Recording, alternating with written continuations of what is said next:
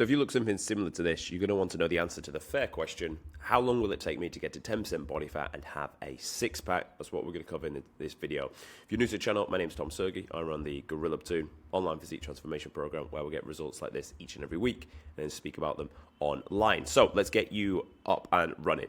If you look something similar to this at a body fat percentage, I would estimate you sitting at around about the 25% mark. Because if we look here, look how lean those divots are at 20% versus what we're operating here with. There aren't really any divots. But I think it'd be, apologies, I think it'd be a little bit harsh to say 30. So I believe we're in around the space of 25% body fat.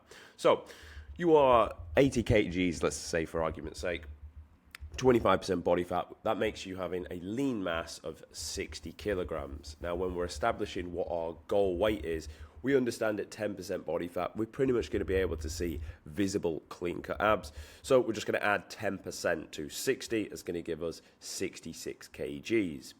So now we have our goal, our current weight, we have our desirable body fat percentage, and what that reflects in a scale weight at 66 kilograms. Now, when you're going from point A to point B, realistically, especially for the first 8 or so kgs of this transformation, you want to be able to drop a kilogram per week. As you do get leaner and maybe closer towards the 70, you might be on around 1% of the scale weight per week. But realistically, it shouldn't take you any more. If you did a kilo a week, which I've done for many people, that's 14 weeks. Let's be conservative, say it takes you a bit longer. I'm going to say anywhere from 16 to 17 weeks. So if you look something similar to this, in a maximum of 17 weeks, you're going to have a six-pack, provided you do everything right.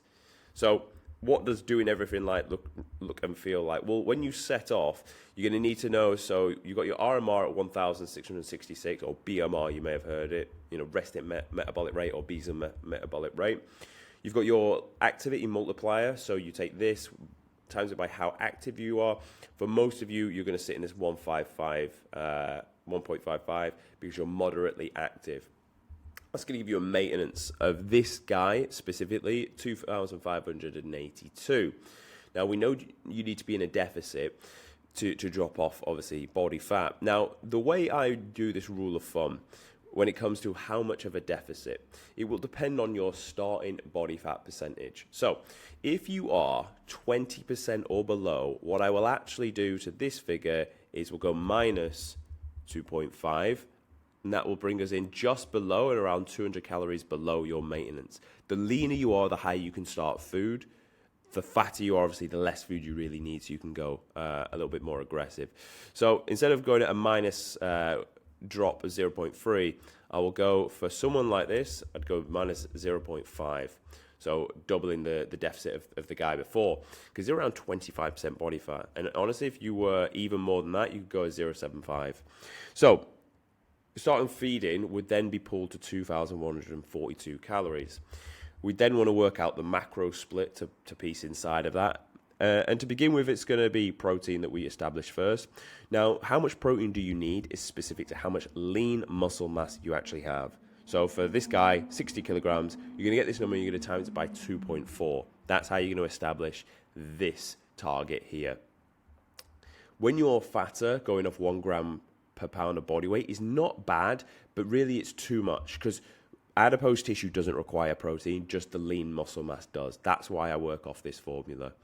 Fats, we're going to set to 20% of this target, because it's a nice healthy amount to start with, and it gives us room to pull fats later on. Fats are obviously good for hormones and joint health later on in the deficit.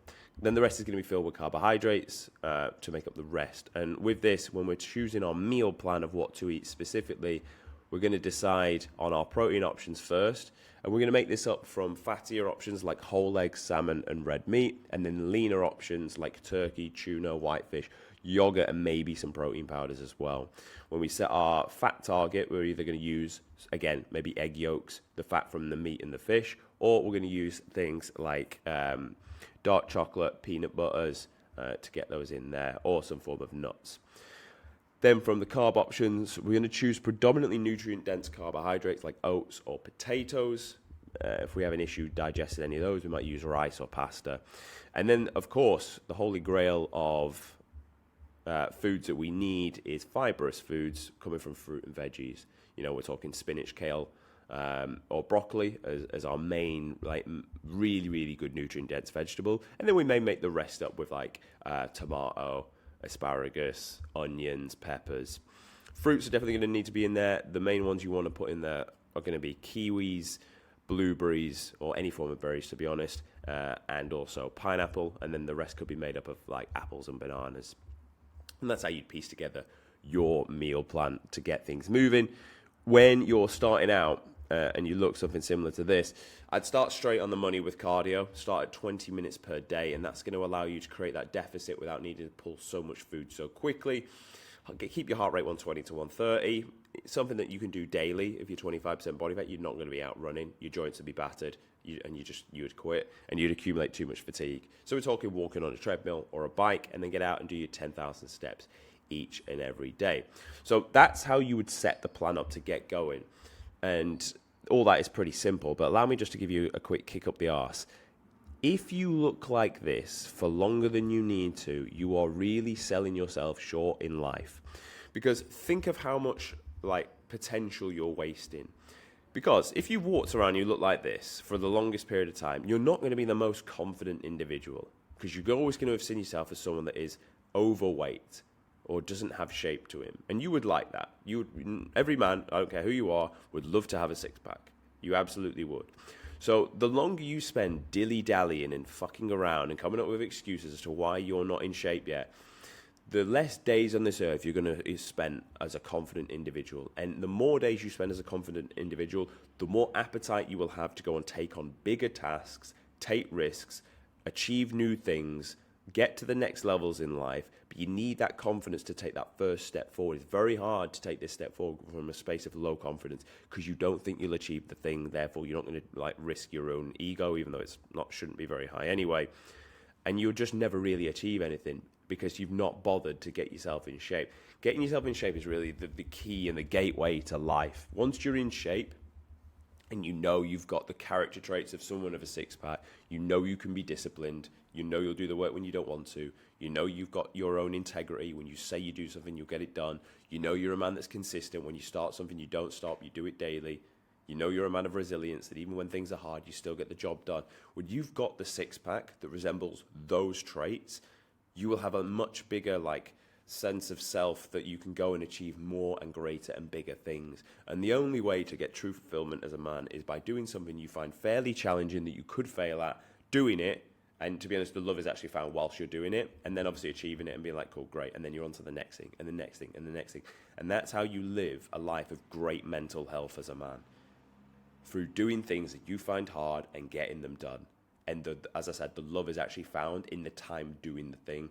Maybe not right in the beginning, but once you're a few weeks in, you found your routine with it, that phase there is beautiful. When you can see progress, you're on the right path. You're not there yet, but you're finding love in the process to getting there. That's how you have great mental health as a man. But if you don't start this, if you just continue walking around the body at 25% body fat, you're not going to be the most confident individual. You're not going to go and take on these opportunities. You're not going to get the girl you want. You're not going to get the job you want, because you just lack the confidence to go and do these things. And you lack the confidence because you don't like how you look in the mirror. And it all starts with, like, appearance. If you wake up in the morning and see yourself in the mirror and you're like, yeah, I fucking look good today, you're going to be a much better human being to be around. You're going to be a much better frequency because you're going to look at yourself from a position of, like, love and joy rather than from a position of, like, apathy and guilt that you've not been doing the work. So straight away, you're going to have a higher frequency. You're going to be better to be around. You're going to be a better human being for society, for your family, for the people that need you, because you just did something simple like get yourself a six-pack and get in shape. A lot of you are, like, sat on a boatload of potential, and I feel like, A, you don't start because you don't really know the start and the end point. That's why I wanted to make this video. But B, you don't make the decision to do this because you don't actually think you can. And you don't also understand the severity of not making the decision because you don't know what you don't know. And that's why I wanted to highlight on this point here that, like, you are sat on a lot of potential. You are wasting it by not getting in shape. You could have achieved a lot greater things than you have done in life. The only difference between you and the man that's where you want to be is he just had the balls to go and do something and thought he deserved it. But you can't just wake up and feel like, I deserve everything, because you deep down know you don't. But how do you develop that deserving of things? You just do the daily disciplines. You're like, yeah, I'm a disciplined motherfucker. I get up and I do the work that I should do daily. Now, because of this, I want the thing, or I believe I deserve the thing. And you'll move with that purpose and that energy about that. So to answer your question, how long does it take that individual with that physique and 25% body fat to get a six-pack?